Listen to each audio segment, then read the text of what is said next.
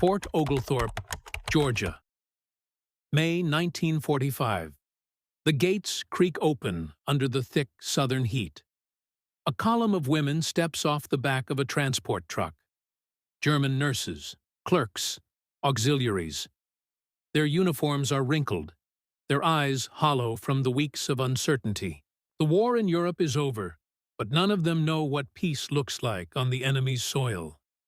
They clutch small canvas bags, expecting shouting guards, barbed wire, punishment. Instead, they hear birds. Magnolia trees sway over the camp fences. An American officer tips his cap, offering quiet instructions in halting German. Inside the barracks, the air smells of detergent and pine soap. A sergeant gestures toward a row of made beds, white sheets, real pillows, folded blankets. The women hesitate. One, her name recorded later as Helene Kruger, presses her hand into the mattress as if it might vanish. Her eyes well with disbelief. The rumors had promised cruelty, humiliation, starvation. But here the enemy offered warmth, a bed softer than any she had known through years of war. They had braced for hell. What they found instead was comfort, unsettling, almost tender, in the heart of their captor's land. The shock of that first night would echo for decades. By the middle of 1942, the world was burning. Entire continents had become front lines. Nazi Germany held Europe in a steel grip, from the fields of France to the gates of Stalingrad. In the Pacific, Imperial Japan's empire stretched from Burma to the Solomon Islands. The United States, newly thrust into total war, mobilized faster than any nation in modern history. Within months, American factories turned out tanks, planes, and ships by the thousands. And along with this unstoppable machinery of war came something rarely spoken about: the logistics of capturing and housing hundreds of thousands of enemy soldiers. At first, few believed the war would deliver prisoners all the way to American soil.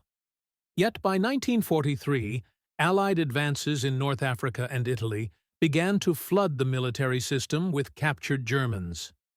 Many were members of the Afrika Korps, taken after the fall of Tunis. They were shipped across the Atlantic under heavy guard, thousands at a time, to relieve the overcrowded British camps. By war's end, more than 425,000 Axis prisoners of war would live behind American fences.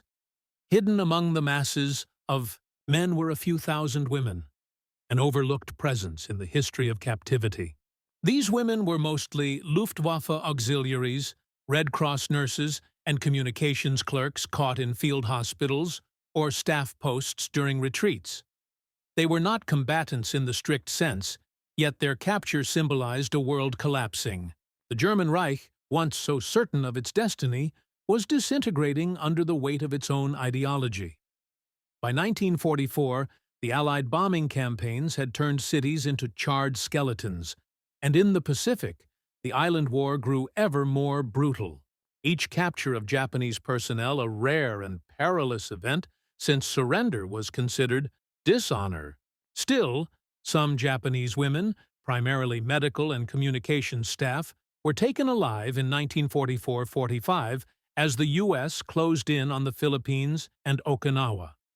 They too would cross the ocean, silent and fearful, into a captivity they barely understood.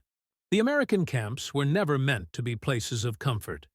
They were designed for efficiency: rows of wooden barracks, watchtowers, and wire fences. Yet by comparison to the ruins of Europe or the jungles of the Pacific, these camps felt impossibly calm. Many were built on old Army training grounds in the heart of rural America: Texas, Georgia, Iowa, Kansas, and Arizona. Townspeople would later recall the quiet arrival of trucks filled with the enemy. Men who had once fought across deserts and oceans now labored in wheat fields, painted barns, and harvested cotton under the watch of American guards. For the women, the adjustment was stranger still. They had lived through air raids, shortages, propaganda drills, and suddenly they were surrounded by abundance. Camp kitchens offered meat, bread, coffee. The Geneva Convention required equal rations to those of UAU soldiers. Medical care was prompt. Religious services were allowed. The rules were strict, but the atmosphere was far from the brutality they had imagined. Most of these captives had grown up hearing that Americans were mongrels, violent and godless. German propaganda films warned women that capture meant torture or worse. The Japanese were told they would be mutilated or enslaved. Instead, they found clean uniforms, work assignments, and small kindnesses. A nurse handing them soap, a guard bringing a translation book, a chaplain offering quiet prayer. Still, confusion shadowed everything. Was this generosity genuine? Or was it psychological warfare, a trap designed to weaken their spirit? For many, it took months to believe it was real. The war beyond the fences continued to rage. In Europe, the Allied armies pushed toward Berlin. In the Pacific, the atomic age loomed on the horizon. Yet, in these American camps, an unexpected experiment in humanity was unfolding quietly, far from the front lines. And that experiment would challenge the very idea of what it meant to be an enemy. The humane conditions that so startled Axis prisoners were not accidental. They were policy. Long before the first German or Japanese captives reached American shores, the U.S. War Department had issued detailed directives on prisoner treatment. These rules were rooted in the 1929 Geneva Convention, a treaty that the United States had signed and actively promoted. The convention established clear principles. Prisoners of war were to receive food, shelter, and medical care equivalent to that of the captor's own troops. They were to be protected from violence, intimidation, and public curiosity. In 1942, President Franklin D. Roosevelt insisted that America must uphold these standards not only as a moral duty, but as a strategic necessity. The logic was twofold. By treating prisoners well, the U.S. hoped to ensure better treatment for captured American soldiers abroad, and by modeling fairness, it could undermine the enemy's propaganda. American officers were instructed to remind their guards, "You are soldiers of a democracy. Conduct yourselves accordingly." The system was carefully structured. Each POW camp fell under the authority of the Provost Marshal General's office, which coordinated with the International Committee of the Red Cross to guarantee compliance. Camps were regularly inspected. Prisoners could send and receive mail, practice their religion, and even stage plays or musical performances. Many camps published their own newsletters, in German, Italian, or Japanese, censored but permitted. Still, the most striking impact of these policies was cultural. Most Axis prisoners, especially women, arrived shaped by years of totalitarian propaganda. German media had depicted Americans as violent, materialistic, and morally corrupt. Nazi women's magazines warned that foreign captivity would strip them of honor. Japanese state broadcasts spoke of Allied soldiers as devils, incapable of mercy. Every story reinforced the same fear. Surrender meant degradation. Reality in the American camps shattered that illusion. The first shock was material: clean water, hot meals, functioning toilets, fresh clothing. For women who had endured rationing and bombing raids, the abundance was almost surreal. One captured German nurse, later interviewed in a Red Cross report, recalled her disbelief when given a toothbrush and soap. "In Germany, we had none left. Here, they were placed in my hand as if it were nothing." Work was another revelation. Prisoners were allowed, sometimes required, to work in non-military roles: farming, sewing, cooking, clerical duties. Payment came in camp coupons, redeemable at small canteens that sold tobacco, candy, and stationery. To the astonishment of many, American guards encouraged them to write home. Letters were censored, but not rewritten, another small gesture of trust. Behind these gestures lay deep strategic reasoning. Washington understood that humane treatment could erode the enemy's morale far more effectively than violence. The contrast between Nazi slogans of superiority and the reality of American decency was psychologically devastating for many. It raised quiet questions.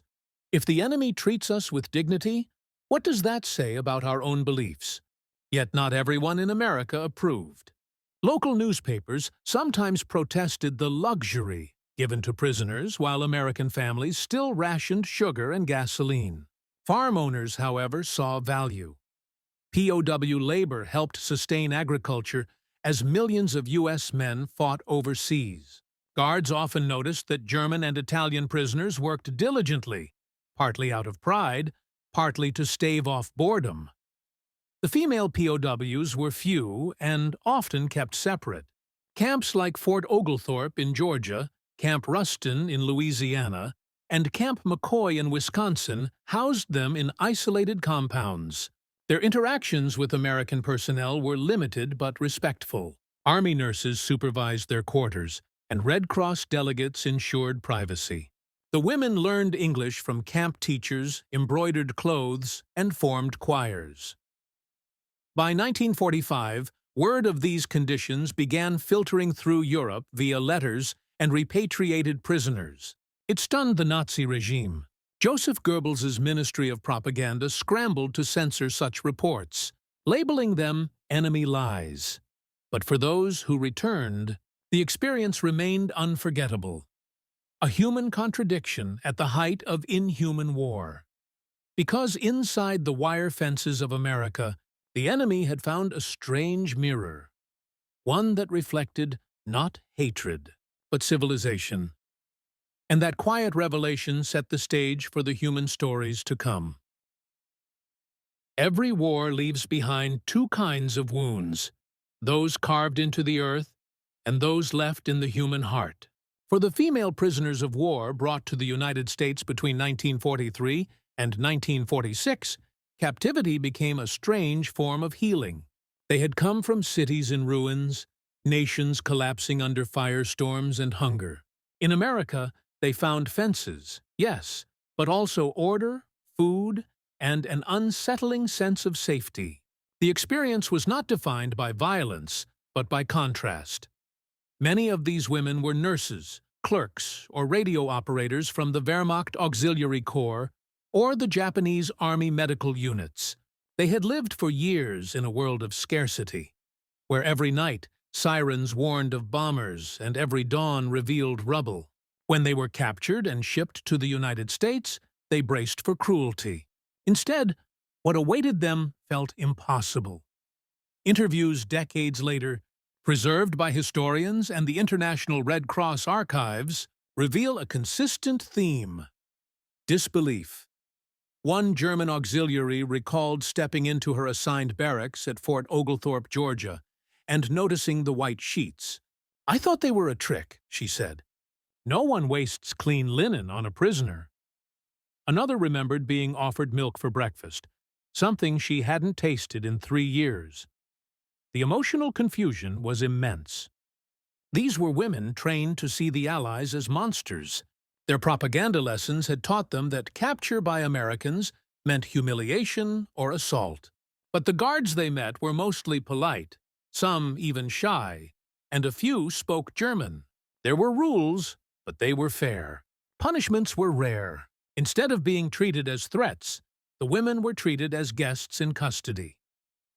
In their diaries, you can sense the slow crumbling of indoctrination. At first, they wrote with suspicion. They smiled too much. It must be to mock us. Weeks later, the tone shifted. The Americans treat us better than our officers did. And months after, with hesitant gratitude, I slept without fear last night. For many, that feeling was almost unbearable. To find peace while their homeland burned. Guilt haunted them. Letters from Germany described families starving, cities erased by firebombs. The comfort of the camp felt wrong, even shameful. One nurse wrote, "I do not know how to eat while others dig for bread in the ruins of Leipzig." Still, human resilience stirred. They began to form routines. Some taught each other English. Others sewed, painted, or wrote poetry. Music drifted through the barracks. Fragments of Schubert or Japanese lullabies carried across the camp fields. American nurses sometimes joined in, humming along, breaking through language with melody. There were tears, too. At night, some women cried quietly, unable to reconcile the kindness they received with the hate they had been taught. A Japanese medic once told a Red Cross delegate, "I was ready to die for the emperor, but I did not expect to be forgiven." Inside the barbed wire, ideological walls began to collapse. The enemy became human again, on both sides of the fence. Guards saw the women not as soldiers, but as frightened daughters. Prisoners saw the guards not as occupiers, but as ordinary men doing their duty. The small, ordinary acts, a guard offering extra sugar, a nurse sharing aspirin, became silent revolutions of empathy. And though these moments never made headlines, they altered the psychology of captivity forever. Because the real war these women fought in America was no longer against armies. It was against the ghosts of everything they had been taught to believe. Behind the quiet compassion of American POW camps was not naive kindness. It was calculated strategy. The War Department understood that mercy could be a weapon more powerful than bullets. Every act of decency was deliberate, designed to broadcast one message: the United States was not like the regimes it fought. In 1943, the Office of War Information, OWI, and the Provost Marshal General crafted a policy of psychological warfare that extended even to how prisoners were treated. Washington recognized that news of humane conditions spread quickly through letters and returning captives. If German or Japanese soldiers heard that Americans treated their prisoners well, they might surrender more willingly in battle. Saving lives, both American and enemy, justified the risk of generosity. This approach stood in stark contrast to the Axis model. In Nazi Germany, Allied POWs were often used as forced labor or propaganda tools. In Imperial Japan, surrender itself was seen as dishonor. Prisoners were denied humanity entirely. The Americans sought to make their camps living propaganda, proof of democracy's moral superiority. Each clean barracks, each fair meal, each inspection by the Red Cross was a small victory in the war for hearts and minds. Commanders like Major General Archer Lurch, who oversaw the POW system, made it clear that discipline and decency were inseparable. His staff enforced the Geneva Convention with near-bureaucratic precision. "We cannot fight tyranny by imitating it," one internal memorandum read. The camp guards were trained to maintain order through respect rather than fear. It was a radical idea at the time, to win moral ground by refusing to dehumanize the enemy. The results were undeniable. Reports from 1944 and 1945 described thousands of POWs, both male and female, expressing gratitude, even confusion, at their treatment. American interrogators noted that cooperative behavior increased as hostility decreased. Prisoners who were trusted tended to give information willingly, not under coercion, but because they no longer saw their captors as monsters. For female prisoners, the moral optics were especially sensitive. Any mistreatment would have been disastrous for America's image. Therefore, female POW compounds were placed under strict supervision by Army Nurse Corps officers and occasionally visited by journalists and foreign observers. Their calm, orderly conditions became symbolic, not only of American ethics, but also of the new face of warfare, where image and reputation carried weight alongside strategy. Propaganda leaflets dropped over Europe hinted at these truths. Some read, "Your comrades in America live in comfort. Surrender and live." The tactic was simple but effective. It offered an alternative to dying for a lost cause. For some, especially as the Third Reich crumbled, Those words became a lifeline. But there was also a deeper moral dimension at play. Many American officers believed that the way a nation treated its prisoners defined the civilization it claimed to protect. To beat fascism, democracy had to prove its humanity under pressure. The POW system became an unwritten test of national character. Still, moral clarity did not come without tension. Some guards resented their duty, believing prisoners had received luxuries denied to American families at home. Others feared that too much kindness weakened discipline. Incidents of abuse did occur, but they were swiftly punished. The overarching principle remained firm. Restraint was power. In this light, the soft American bed that astonished women like Helene Kruger was not just furniture. It was policy, a symbol of deliberate humanity, meant to send ripples across oceans and ideologies. Each soft mattress, each warm meal, each measured gesture spoke the same quiet defiance, that mercy could exist even in war. And as 1945 approached, with the Axis collapsing and camps preparing for liberation, this calculated mercy faced its greatest test. What would happen when the gates finally opened? When the guns fell silent in 1945, peace did not come overnight. It arrived in waves, uncertain, delayed, tangled in paperwork and fear. For thousands of prisoners of war across the United States, liberation was not a moment of triumph, but a slow, confusing unraveling of captivity. In the summer of 1945, after Germany's surrender, the female compounds at Fort Oglethorpe, Camp Ruston, and Camp McCoy received the first official word. The war in Europe was over. The news spread quietly through the barracks, met not with cheers but with stunned silence.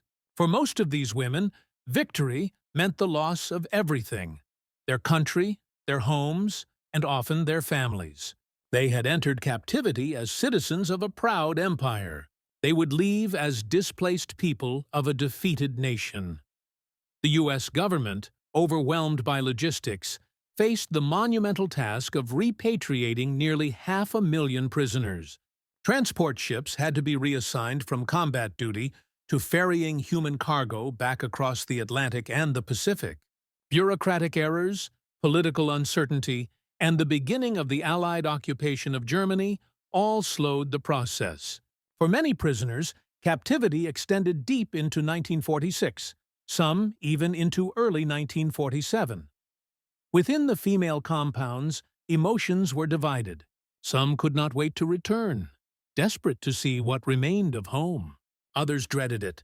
They had heard the rumors of cities flattened, of hunger spreading through the ruins, of the Soviet zones where former POWs were treated as traitors.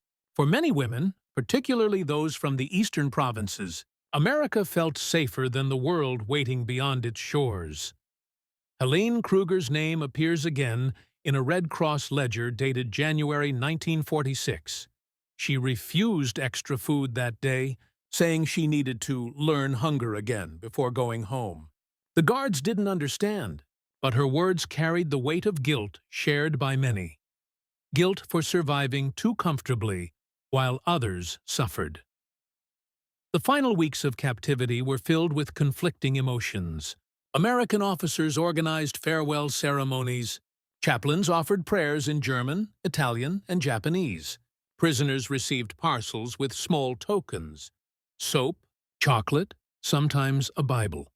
Many guards, hardened men who had fought across Europe, shook hands with the women they had once seen as the enemy. When the day came to leave, buses lined the camp gates. The women carried their few belongings, photos, letters, bits of embroidery, and sometimes a folded sheet of paper with an address of an American family who had shown kindness. As the engines started, some wept openly. Others stood rigid, staring out through the dust. One Red Cross observer recorded the moment. They cried not for captivity, but for what they were leaving behind, a sense of safety they had not felt in years. For all its order and discipline, The American camp had been a strange refuge from the chaos of the outside world.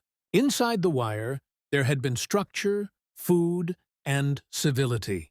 Beyond it lay ruins, hunger, and uncertainty.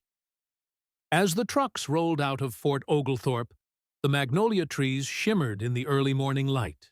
Guards saluted out of habit, though no one was watching. The women did not sing. They just sat in silence, the softness of the American beds still fresh in memory. A memory that would haunt and comfort them in equal measure for the rest of their lives. For the United States, the operation was a success, humane, orderly, efficient. For the women who lived it, liberation was more complex. It meant freedom, yes, but also loss. The loss of the strange peace they had found among their captors. And as they crossed the ocean home, one question lingered among them all. Had the enemy been kinder than their own nation?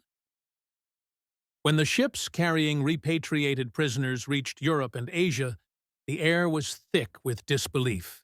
The war had not merely ended, it had erased the world they remembered. The German ports lay in ruins. Japanese harbors were silent, stripped of ships. Cities that once glowed with defiant pride were now shadows of stone and ash. For the returning female prisoners, the shock was almost unbearable. Many had left their countries imagining that they would return to familiar streets, to homes waiting for them. Instead, they stepped into landscapes of loss. Hamburg, Dresden, Berlin, Tokyo, and Osaka all lay broken. Train stations were shells. Bridges were twisted skeletons of iron. The women were thinner, but not starving. They were quieter, but not broken. What stunned their families most was what they spoke of. Not the horror of imprisonment, but the strangeness of kindness. Letters and interviews gathered after the war, some by the German Red Cross, others by American occupation authorities, reveal the same astonishment. One woman from Leipzig told an interviewer, "We were prisoners, yet we slept on real beds. We were enemies, yet we were treated as human beings." Her words spread quietly through communities that had been taught to hate. Another woman, a Japanese nurse captured in the Philippines and held briefly in California, told her brother, "They gave me food before questions. They bowed when they entered my room." These stories conflicted with everything the defeated regimes wanted their citizens to believe. Nazi propaganda had promised martyrdom in captivity. Japanese leaders had warned that Allied soldiers would defile every prisoner. Yet, the women who returned told a different story. A story of humanity in the heart of the enemy's camp. Some of them were silenced by shame, accused of exaggeration or collaboration. Others wrote secretly, in diaries that would not be published until decades later. For many, the soft American bed became a haunting symbol. It stood for everything they could not reconcile. The contradiction between what they had been told and what they had seen. That softness was not merely physical, it was psychological. It suggested compassion in a world built on cruelty. It forced them to ask, had the enemy been more human than our own leaders? The adjustment to post-war life was brutal. Germany was divided, its people facing starvation through the harsh winter of 1946 to 47. Japan's cities were flattened. Food shortages lasted for years. Many of the women who had felt safe behind American fences now queued for soup or dug through rubble. They often kept silent about their captivity, fearing misunderstanding. Some, however, corresponded with their former guards or American chaplains. These letters, preserved in archives from Fort McCoy and Camp Shanks, show genuine affection. One American sergeant wrote to a former prisoner, "We fought each other's countries, but we never stopped being people." Decades later, historians would find these letters tucked into family Bibles or hidden inside trunks. Their ink had faded, but the words remained clear. Proof of a quiet reconciliation born not from treaties or speeches, but from human decency. Psychologists who later studied POW reintegration noticed a striking pattern. Those held in humane conditions adapted better to post-war life. They were less prone to bitterness, less haunted by hatred. The American camp experience, with its strange blend of order and compassion, became an unintentional experiment in post-war recovery. For some of the women, the memory of America became a personal mythology, a place of contradiction, where they had been both captive and free. They remembered the scent of pine in Georgia, the sound of jazz from a guard's radio, the first taste of coffee in years. Those small moments became symbols of something larger, the realization that humanity could survive even in a world consumed by ideology. And though their stories would never make front-page headlines, their memories became living testimony that even in the ruins of war, kindness could change the shape of truth itself. By 1947, most of America's prisoner of war camps had fallen silent. The barbed wire fences were dismantled. The barracks were sold off as surplus wood. The watchtowers came down one by one. Only the records remained. Boxes of typed reports, Red Cross inspection logs, and handwritten testimonies stored in the archives of the War Department. Within those papers lay one of the least known but most revealing chapters of the Second World War, how the world's bloodiest conflict had produced an island of restraint. The official post-war analysis conducted by the Provost Marshal General's Office concluded that the U.S. POW program had been a success in discipline, humanity, and utility. Across more than 650 camps, very few cases of serious abuse had been recorded.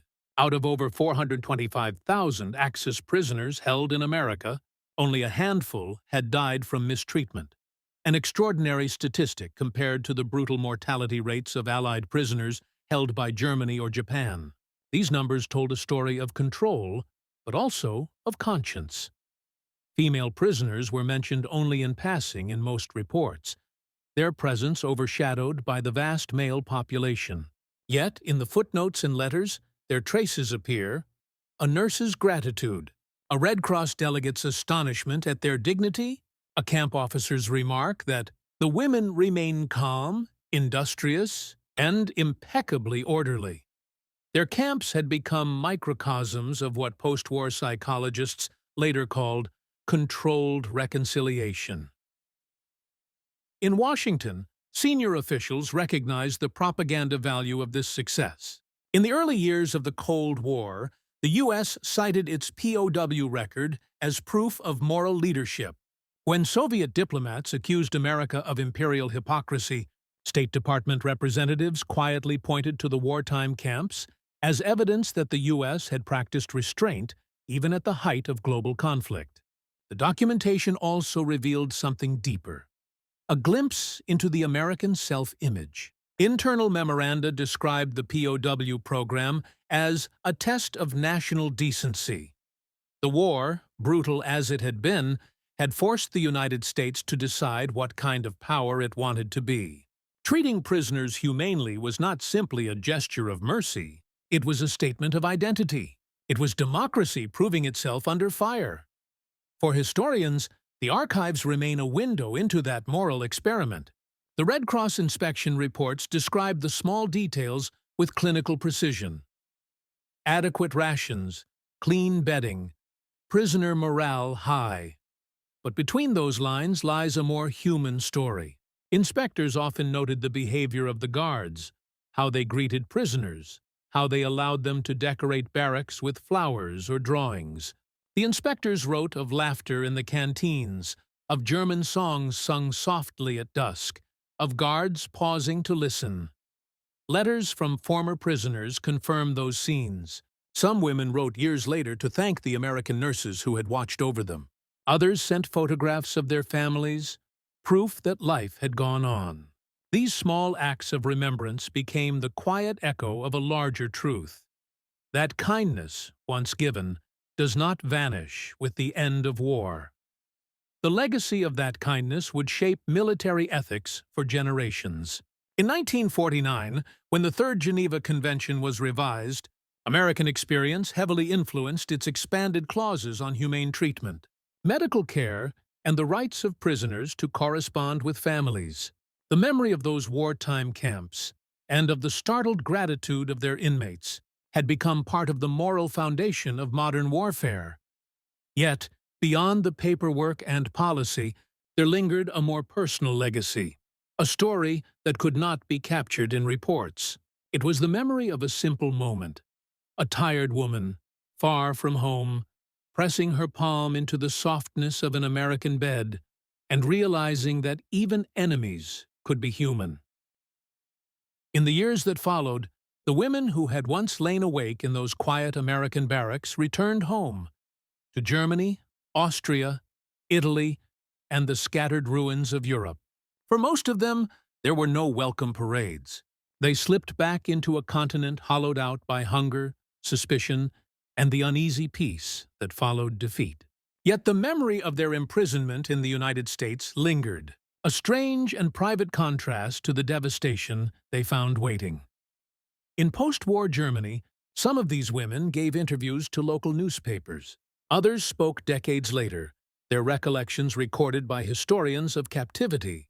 They remembered the first taste of white bread after years of rationing, the shock of mattresses stuffed with cotton instead of straw, the quiet patience of American guards who spoke little German but smiled often. For many, those memories became benchmarks of normalcy, proof that dignity could survive even inside fences. A former nurse, Elfriede Müller, recounted in a 1978 oral history project that the softness of the American bed felt like a betrayal of everything the war had taught us. She said it was the first night she did not dream of bombs. Another, Lieselotte Becker, wrote to a camp matron decades later, "You did not win us with weapons, but with pillows and silence." Her words, later published in a local German archive, captured what no statistic could.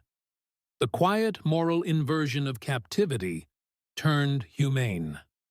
For the Americans who had worked in those camps, the memory was equally complex. Some former guards described their duty as an exercise in patience and restraint. They had expected to face hardened enemies. Instead, they found people, tired, frightened, and often grateful. A few guards kept contact for years, exchanging letters with the very prisoners they had once been ordered to watch. Those correspondences became fragile bridges across the wreckage of ideology. When the American public eventually learned more about the POW system, the reaction was mixed. During the war, most citizens had known little of the humane treatment given to Axis prisoners. Only in the 1950s, as declassified documents emerged and veterans began to speak, did the details surface. Some praised the restraint, others questioned it, asking why so much compassion had been shown to the enemy while Europe still burned. But for many, it became a point of quiet pride, a sign that the country had managed to remain civil even in total war. Cinematically, the story faded into obscurity. Hollywood rarely told it. War films preferred the front lines, the heroics, the explosions, the silent fields of Georgia or Texas where women in faded uniforms tended gardens behind barbed wire did not fit the grand narrative of victory. Yet in history, classrooms, and Red Cross archives, the story endured, retold not for spectacle, but for conscience. In the late 20th century, scholars began to reassess the meaning of captivity. Historians like Arnold Kramer and Barbara Schmitter-Heisler described the American POW experience as a paradox of power and mercy. They noted how the structure of the camps, strict yet humane, revealed a form of psychological warfare, more potent than punishment. It undermined fascist ideology by showing its adherents that the enemy they had been taught to hate could act with fairness. Even today, when visitors step into restored POW camp museums in places like Camp Hearn, Texas, or Camp Algona, Iowa, they find recreations of bunks, Red Cross parcels, and faded photographs of smiling prisoners at Christmas dinners. A few small exhibits now include the rarely mentioned women, Their uniforms, their letters, their stories of wonder at something as simple as a bed, softer than home. Those memories, preserved in wood and paper, stand as quiet memorials to a different kind of battlefield, one where compassion was the weapon and decency the victory. The war had ended. The world had moved on. But for those women, and for the guards who watched over them, the lesson of that strange comfort never left. In the ruins of ideology, they had all learned the same truth. Humanity, once shown, cannot be undone. History often remembers war through its noise, the thunder of artillery, the roar of engines, the cries of victory and loss. Yet the truest measure of a civilization is sometimes found in its silences, in the quiet of a dim barrack, in the soft rustle of a blanket, in the moment when an enemy realizes she is no longer hated, but simply human. The story of the female prisoners of war who felt the softness of American beds is not about comfort. It is about contrast. It reveals what happens when mercy survives where vengeance is expected, when power chooses restraint instead of retribution. In a century defined by brutality, that simple act, a bed made with care for the defeated, became a quiet defiance of cruelty. Those women carried the memory home into lives rebuilt from ashes. Some spoke of it to their children. Others kept it secret, as if softness itself were too fragile to expose to the noise of history. But collectively, their memories formed a small thread in the larger tapestry of the 20th century, proof that decency had not been extinguished by war. For America, those camps became part of a moral legacy rarely written in medals or monuments. They showed that the nation's power did not rest only in its weapons, but in its willingness to treat even its enemies as human beings. In that choice, the United States not only guarded prisoners, it guarded its own soul. War destroys many things. It erases boundaries, faith, and trust. But in the ruins it leaves behind, humanity sometimes plants something unexpected, a seed of grace. The memory of those soft American beds was one such seed. It reminded a wounded world that even in its darkest century, compassion had not surrendered. And that, perhaps, is how peace truly begins. Not with treaties or triumphs, but with the quiet decision to be kind, even when no one is watching.